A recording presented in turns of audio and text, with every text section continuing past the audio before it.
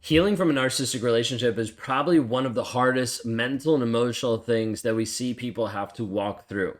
And typically, a woman has been in a toxic relationship with a narcissistic man, and she is struggling to figure out, how do I rebuild my self confidence? How do I rebuild and find out who I am? How do I understand what's actually going on? There's so many levels of confusion, so many levels of hurt, so many levels of frustration that have impacted you, that have impacted your family, that have impacted your kids, that have impacted your business. And you're left confused, wondering, how do I actually heal from narcissistic abuse?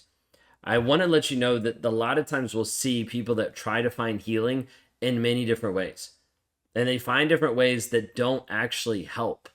Typically, what this looks like is thinking that just time is going to fix it, thinking that knowledge is going to give them all the insight and they will magically heal through just the knowledge alone, or sometimes going completely no contact.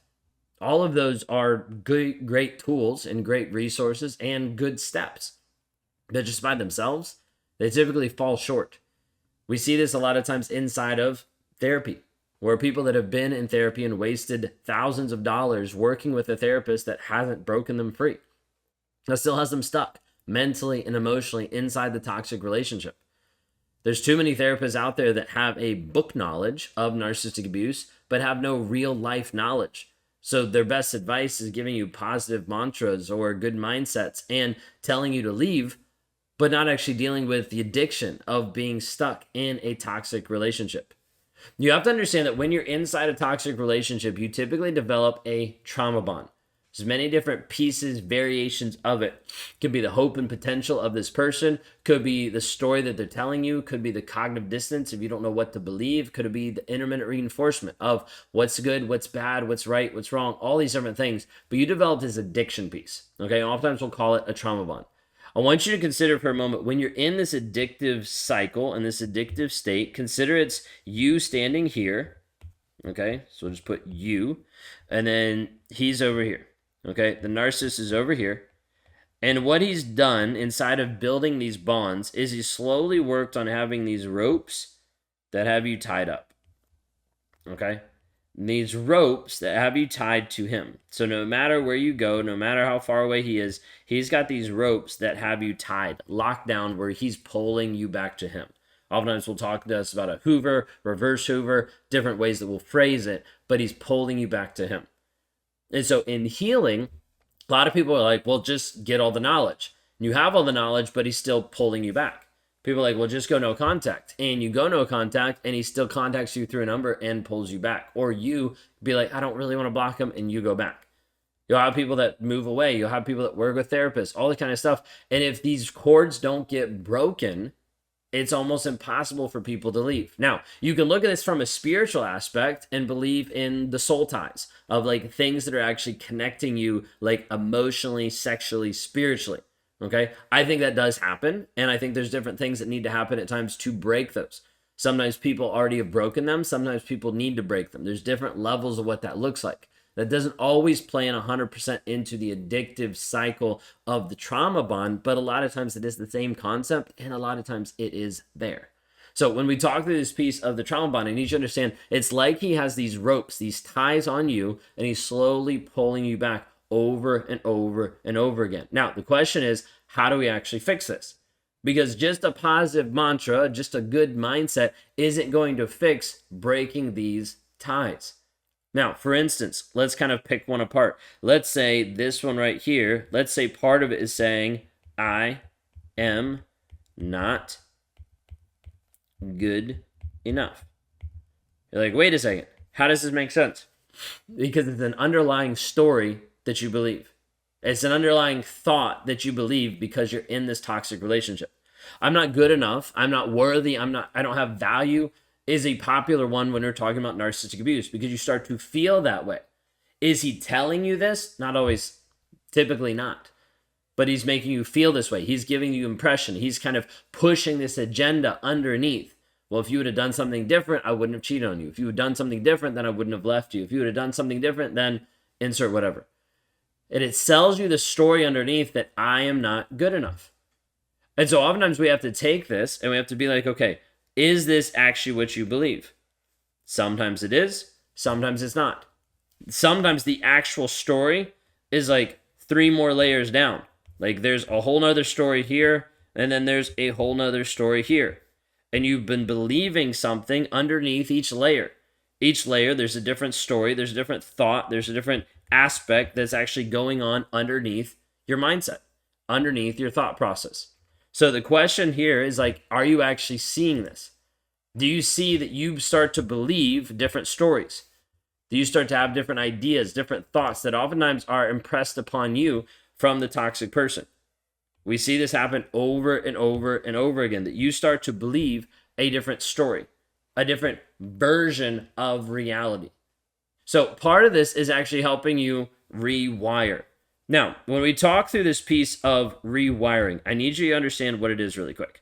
Okay? When we talk about rewiring, we're taking what you thought, okay? So the story you believed, so the original, we'll put original story here. So the original story that you believed, and we're bringing it back to the truth. Now, we need to kind of identify this a little bit. The original story you believe, it is a story, but we want to boil it down. Typically, it is a lie, okay? It is something that you thought it was true, but it was actually false. So rewiring is taking something that is actually false, so something over here that, hey, he told you this, you believe this, it was false, and bringing it back to being true. Makes sense, right? Now, the hard part is how do you do this? Because your truth oftentimes can be subjective to lies as well. And so your truth gets really confusing. You're like, well, wait a second, this is what I believe. But the problem is your truth oftentimes is your perception, okay? Your perspective. It is your current version of reality. When we talk through this, it's hard because then people are like, well, how do I actually figure out what is true? If I'm not getting truth from him and my truth is skewed because of everything that he's put me through, how do I actually deal with this? And this is where we actually bring in the filter of the facts. Understanding that when we filter things through the facts, everything starts to have a different light. Like people are confused and they're like, I just need to get closure. We're like, okay, let's look at the facts. 1, is he with you? 2, why did he leave? 2, what's going on? Like going through this and being like, okay, what are the actual facts? And people are like, well, I don't know. So then use a simple word to be able to put in front of the facts, and that simple word is called demonstrate. How did he demonstrate love? How did he demonstrate care? How did he demonstrate respect? So you're going to have a piece where he's like, well, he demonstrated respect. Okay, did he do that by degrading you the way he did? Did he do that by putting down what you were wearing the other day because he wanted to shame your body? Like, how did he actually respect you? Well, like he did this. I need you to understand, how did he actually demonstrate respect? We'll find people that they'll come up with all these different things, and typically it starts off with, he said, okay?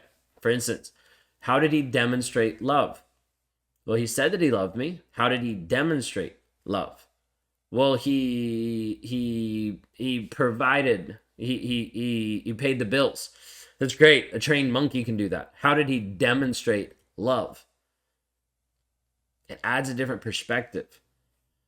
The hard part is a lot of times people don't want to look at this perspective, because when you look just straight at the facts, you have to be able to put some of your truth and some of your feelings to the side for a moment so you can actually see what reality actually looks like.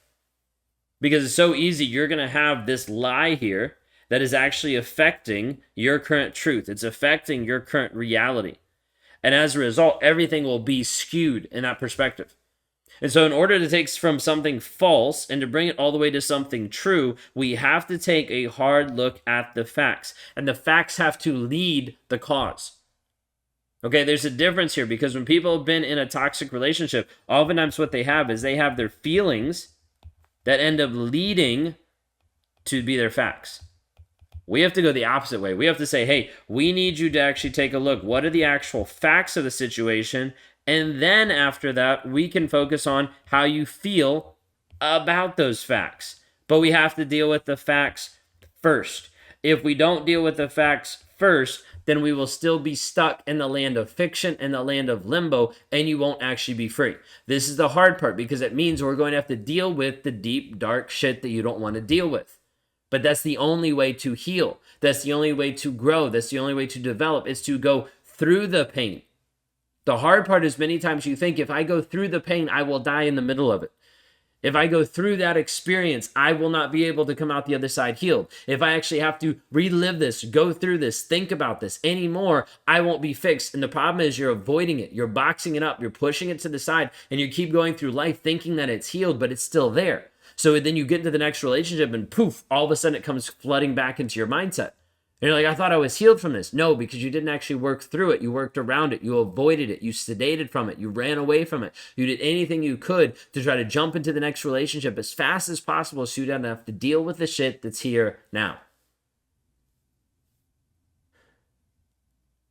This is the part that people struggle with, and it's dealing with the facts of the situation. The facts are the only thing that will actually set you free, but we have to show you that you have to look at the facts first. Otherwise, you'll have the wrong perspective. You'll have the wrong reality. You'll view your truth from your perception versus the facts. The facts don't lie. He either did or didn't do this. He either said this and then he did it, or he didn't. What are the facts? It's the only thing that we're looking at. How did he demonstrate this? How did he demonstrate that? The facts are the main thing that's going to set you free. Hopefully this helped today. If I can be of more help, go to realmotivations.com. If you want to run even faster with me and the group that I work with, you can go to realmotivations.com/breakthrough. Would love to be able to talk to you today.